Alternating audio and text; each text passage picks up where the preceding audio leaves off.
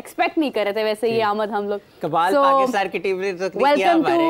Welcome to our one and only Hafiz Imran. अस्सलाम वालेकुम हाफिज साहब, कैसे हैं आप? अस्सलाम वालेकुम।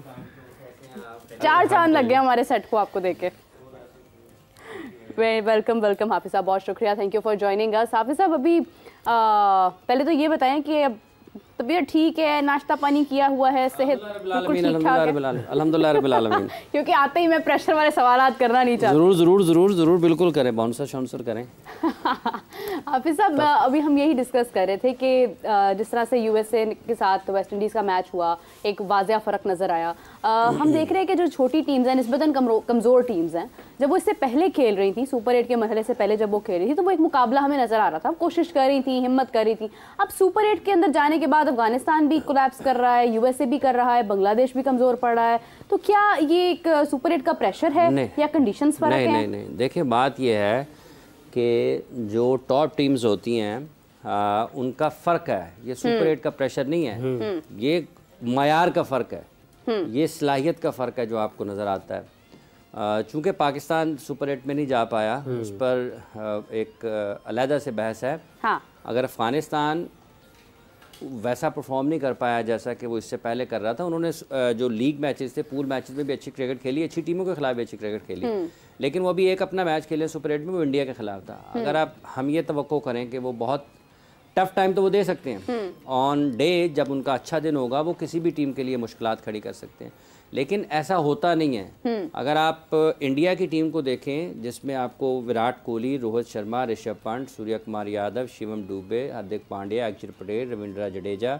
सिराज, बुमराह, उनके साथ अर्शदीप सिंह, तो जब आप टीम को देखते हैं तो उनका जो एक्सपीरियंस है उनको देखें, उनकी स्किल्स को देखें और वो किस तरीके से जो कंडीशंस हैं उनको फौरी तौर पर पढ़ते हैं और उसको अप्लाई करते हैं। हाँ।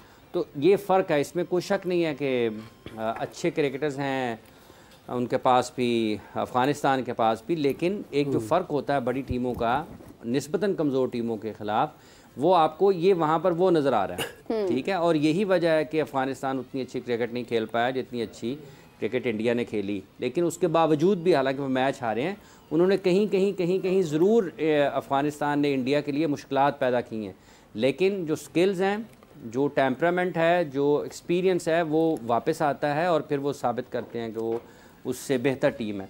इसी तरीके से अगर आप अफ़गानिस्तान, यूएसए और वेस्ट इंडीज़ की भी बात करते हैं तो वेस्ट इंडीज़ बेहतर टीम है यूएसए से, पाकिस्तान भी बेहतर टीम है यूएसए से। पाकिस्तान हारा है, देखिए पाकिस्तान टीम पर बहुत ज़्यादा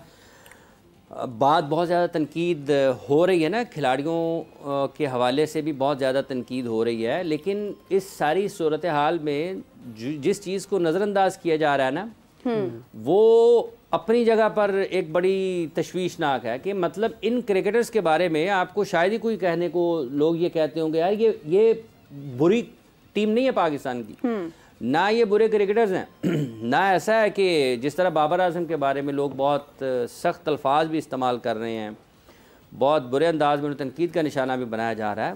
बिल्कुल सही बात। ये भी कहीं ना कहीं आपको लगता है कि ये भी ज्यादती हो जाती है बात, मतलब इन्हीं लोगों ने रन्स किए ना पाकिस्तान के लिए। टाइम आपको एड्रेस करना पड़ता है इश्यूज को, क्या वजह है कि ये अपनी मैक्सिमम पोटेंशियल के ऊपर या जो इनकी ट्रू पोटेंशियल है उसके ऊपर परफॉर्म नहीं कर पा रहे हैं, आपको उस तरफ जाने की ज़रूरत होती है। मतलब 5, 6, 7 साल अगर आप किसी खिलाड़ी के ऊपर बहुत ज़्यादा मेहनत कर दें, बहुत ज़्यादा इन्वेस्टमेंट कर दें in terms of money, in terms of time, मतलब टाइम से ज़्यादा महंगी इन्वेस्टमेंट तो कोई नहीं है ना, तो आप सब कुछ जब उसको मिल गया, सब कुछ आप उन्होंने खेल लिया, रन्स कर लिया, या उनकी टांगें खींचना शुरू कर दें, तो ये ऐसे चलता नहीं है मामला। अब तकलीफ दे पहलू ये है पाकिस्तान का, यहाँ पर हम समेत 24 करोड़ के 24 करोड़ चीफ सेलेक्टर भी हैं और 24 करोड़ के 24 करोड़ अपने आप में डॉन ब्रैडमैन भी हैं, तो इसलिए हमें लगता है कि शायद जो हम कह रहे हैं वही ठीक है। हाँ। और जो कर रहे हैं सामने ये सबसे गलत कर रहे हैं। पाकिस्तान की टीम भी अच्छी थी, पाकिस्तान यूएसए से हारा है, आप हार सकते हैं किसी से भी, लेकिन अगर आप ऑन पेपर्स देखें तो कोई कह सकता है कि ये टीम यूएसए से हार जाएगी। तो उन इश्यूज़ को एड्रेस करने की ज़रूरत है जिसकी वजह से पाकिस्तान की क्रिकेट अगर ख़राब हो रही है, पाकिस्तान के खिलाड़ी अपनी पोटेंशियल के ऊपर परफॉर्म नहीं कर पा रहे हैं, तो उन चीज़ों को जब तक आप उनके ऊपर तवज्जो नहीं देंगे, बात नहीं करेंगे, तो खिलाड़ियों को ख़राब करना तो बड़ा आसान काम है। निकाल दें बाबर आजम को जी, निकाल दें रिजवान को भी, ये टाइम नहीं है इस तरीके से ट्रीट करने का। ये टाइम है कि जो उनका तजर्बा है, जो उनकी सलाहियतें हैं, उससे और लोगों को फ़ायदा मिले। ठीक है, अब आपने ये कैसे लेना है? अब बाबर आजम अगर मजीद हो कि मैंने कप्तान ही बनना है, मैंने यही करना है, तो मैंने यही, तो बड़े लोगों का क्या काम होता है? जो आपके फैसला साज होते हैं, जो आपके क्रिकेट को इंतज़ामी उमूर देख रहे होते हैं, उनका क्या काम होता है? वो उसके साथ बैठ के बातचीत करते हैं, उनको बताते हैं कि भाईजान ये आपके करने का काम नहीं है, आपके करने के यही ये काम है, और आपने पाकिस्तान के क्रिकेट के लिए ये चीज़ें की हैं, और आने वाले दिनों में आप पाकिस्तान क्रिकेट के लिए ये कर सकते हैं। वो सुनेंगे ना फिर किसकी, कि क्रिकेट तो खेलनी है। यही केस रिजवान के साथ है, यही बस शाहीन अफरीदी अगर वो उतनी रिकवरी के बगैर क्रिकेट खेल रहे हैं जितनी उनकी बॉडी को ज़रूरत है, तो आप उनको कॉन्फिडेंस में लें। आप उनको 2 महीने के जो उनका माली नुकसान हो रहा है उसको पूरा करें। शाहीन अफरीदी को 2 महीने, 3 महीने, 4 महीने का रेस्ट दे के उसकी बॉडी को मुकम्मल तौर पर रिकवर करके जो उसके ऊपर आप खर्चा करेंगे, आप क्या समझते हैं कि वो ज़ाया होगा?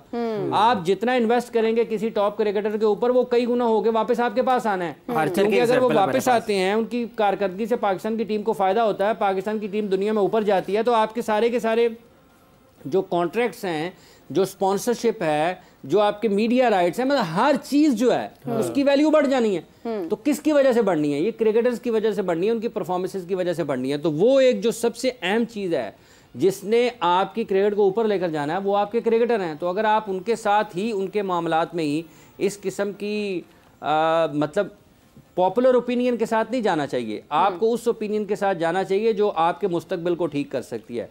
लाजिम नहीं है कि 1 करोड़ लोग अगर किसी के बारे में गलत कह रहे हैं तो वो गलत ही हो सकता है वो उसको पसंद ना करते हो सकता है वो उससे नफरत करते हो सकता है वो उसको उस जगह पर देखना ना चाहते हो सकता है वो उससे हसद करते हो। बहुत सारे पहलू हैं ना, तो लाजिम नहीं है कि जिसके बारे में आप बुरा कह रहे हैं वो बुरा ही है। ठीक है, आप में इतनी समझबूझ ज़रूर होनी चाहिए कि ये पाकिस्तान की इस क्रिकेट टीम के साथ मसाइल हैं क्या। मतलब कोई कहेगा कि क्या मोहम्मद आमिर ने बुरी बॉलिंग की है? नहीं, मोहम्मद आमिर ने कोई बुरी बॉलिंग तो नहीं की ना। आपके जो हिकमत अमली के एतबार से फैसले थे वो दुरुस्त। कल मार्क वुड कितने में ओवर में बॉलिंग करने आया? मार्क वुड कितने में ओवर में उसने पहला ओवर किया जब कितने ओवर हो गए हुए थे इंग्लैंड के? तो ये लोग क्यों करते हैं? किसी वजह से करते हैं ना। एडन मार्करम ने जो कैच लिया हैरी ब्रूक का, क्या वहां पर कोई फिजिकली 50% या 70 इवन 90% बंदा भी वो कैच ले सकता था? नहीं ले सकता था।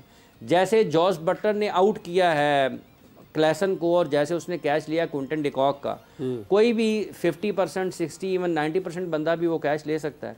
नहीं ले सकता ना। तो जब आप कॉम्प्रोमाइज़ करते हैं मुख्तलिफ चीज़ों के ऊपर, तो फिर उसका अल्टीमेट रिजल्ट ये निकलता है कि आपकी नाकामियाँ होती हैं, आपका मयार ख़राब होता है, लोगों में बेयकीनी फैलती है, लोगों में गैर यकीनी की सूरत हाल पैदा होती है, लोगों के जहनों में तशवीश आती है, लोगों के जहनों में शकूक व शुबहात पैदा होते हैं कि आपकी कारकर्दगी के हवाले से। न्यूजीलैंड भी बाहर हुआ ना, पाकिस्तान भी बाहर हुआ, लेकिन पाकिस्तान का मसला ये नहीं है जो इस वक्त बयान किया जा रहा है। पाकिस्तान का मसला ये है कि पाकिस्तान क्रिकेट की चीज़ें अपनी दुरुस्त सिमत में नहीं है। सिलेक्शन के ऊपर कॉम्प्रोमाइज़, फिज़िकल फिटनेस के ऊपर कॉम्प्रोमाइज़, क्रिकेटिंग कल्चर जो है आपका शायद हो सकता है वो ना हो जो होना चाहिए। क्रिकेट के बारे में जितनी बात होनी चाहिए, जितना सुनना चाहिए, हो सकता है वो ना सुनते हो। तो फिर जब आप कान बंद कर लेते हैं, कान किस लिए हैं? मतलब अच्छी आवाज़ के लिए भी है ना, आपको अच्छी बातें भी सुनने को मिलती हैं, तो अच्छी बातें आपके कानों में जानी चाहिए, यहाँ से फिर आपके दिमाग में जाएंगी, ये पॉजिटिविटी आती है। तो अगर आप बंद कर देंगे तो फिर आपकी तरक्की रुक जाती है। तो ये पाकिस्तान का मसला ये है कि ये तरक्की रुकी हुई है। उस नुक्ते पर जाने की ज़रूरत है कि क्यों ग्रो नहीं कर रहे हैं। मतलब एक शख्स इंटरनेशनल क्रिकेट शुरू करता है, उसके खाते में एक भी इंटरनेशनल रन नहीं होता और वो 36-50 कर दे, तो आप क्या समझेंगे कि उसको क्रिकेट नहीं आती? लेकिन है तो इंसान ना, उसने कहीं ना कहीं आगे फंसना ही है ना। तो उसने ऊपर आना है। क्या एक टाइम में सचिन तेंदुलकर को मसला नहीं हो रहा था, अब्दुल रज़ाक से बार बार आउट हो रहे थे?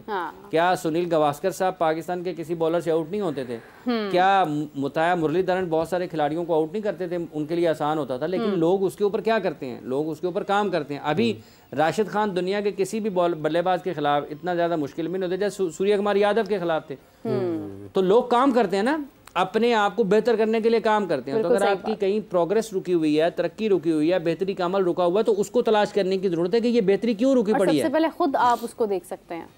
आप बाज़ औक़ात पता चलता है ना, मैं ये समझूं कि मैं ही सबसे बेहतर हूँ, मुझे ही सब पता है, तो फिर तो मैं फंस गया हूँ। तो हो सकता है कोई एक 10 साल का बच्चा भी मेरे से ज़्यादा बेहतर समझ रहा हो, बात कर रहा हो। अकल अल्लाह की देन, अल्लाह ने किसी को भी दी हो ना। तो अगर मैं ये समझूंगा कि मैं बिल्कुल परफेक्ट हो गया हूँ तो फिर तो मेरी तबाही है ना। तो मुझे लोगों को सुनते रहना चाहिए, लोगों को देखते रहना चाहिए, ज़मीन पे रहना चाहिए, आसमान पर निगाहें होनी चाहिए, बंदे को रहना ज़मीन पे चाहिए। तो अगर आपकी किसी भी जगह पर तरक्की का अमल रुक जाता है तो आपको उसके लिए काम करने की ज़रूरत होती है ताकि आपकी सलाहियतों में निखार आता रहे, आपकी अहमियत में इजाफा होता रहे, आपकी हैसियत, मकाम और मर्तबे में इजाफा होता रहे। तो इन खिलाड़ियों के साथ जिस तरीके से सलूक किया जा रहा है वो भी एक मतलब वो कोई मुल्क की क्रिकेट की खिदमत नहीं है। मतलब आप इन 15 को निकाल दें, जी हम 15 के 15 नहीं ले आते, गलत फैसला है ना। ये भी इतनी सोच नहीं है।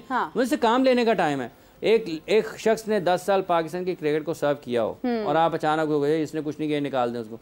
उसके 10 साल का तजुर्बा आपके आने वाले जो 10 साल के लोग हैं उनके लिए बड़ा मददगार हो सकता है, उनके वो क्रिकेट को कंट्रीब्यूट कर सकता है आपकी। ठीक है, एक आपके पास बल्लेबाज हो, आप उसके पीछे लत लेके पकड़ जाएं। बाबर को बैसियत बल्लेबाज और बाबर को बैसियत कप्तान, ये दोनों चीज़ों को जमा करके तबसरा करना ये पाकिस्तान की क्रिकेट के साथ बड़ा ये मुनासिब नहीं है। वो बैसियत कप्तान एक अलग चीज़ है, वो बैसियत बल्लेबाज एक अलग चीज़ है। बैसियत बल्लेबाज आपको ऐसे बैटर्स की ज़रूरत है जो टेक्निकली करेक्ट हों। ठीक है, आप उनकी शॉट्स की रेंज को बढ़ा सकते हैं, आप उनके ऊपर काम कर सकते हैं कि वो हवा में ज़्यादा कंट्रोल के साथ कैसे खेल लें। देखें, लोग बहुत ज़्यादा बात करते हैं कि एंकर करने की, कि इनिंग्स एंकर करने वाले प्लेयर्स जो हैं, क्या जॉ बटलर इनिंग्स एंकर नहीं करता? करता है, लेकिन उसके साथ ये उसके पास ये सलाहियत भी है कि जब उसको ज़रूरत आती है ना कि उसने हवाई फायरिंग करनी है तो वो फिर हवा में भी जाती है, वो फिर हवा में भी बॉल क्लियर करते हैं। सो ये एक दिलचस्प बहस है क्रिकेट के एतबार से, लेकिन शायद बदकिस्मती ये है कि वो उसमें पॉपुलर ओपिनियन के पीछे अगर एक ने किसी ने बात कर दी है तो हर बंदे का फ़र्ज़ है कि हर बंदा शायद फ़र्ज़ समझता है कि उसका जवाब ज़रूर देना है। मतलब some time ignorance is the biggest punishment. Some time आपको इग्नोर करना चाहिए, और अगर आप हर चीज़ का जवाब देने के पीछे भागेंगे तो फिर आपके लिए ना मतलब वक्त आपका ज़ाया होना है। सो ये एक खेल है पाकिस्तान का जो दिलों को जोड़ता है, शायद हम बस इसकी तबाही होनी नहीं चाहिए।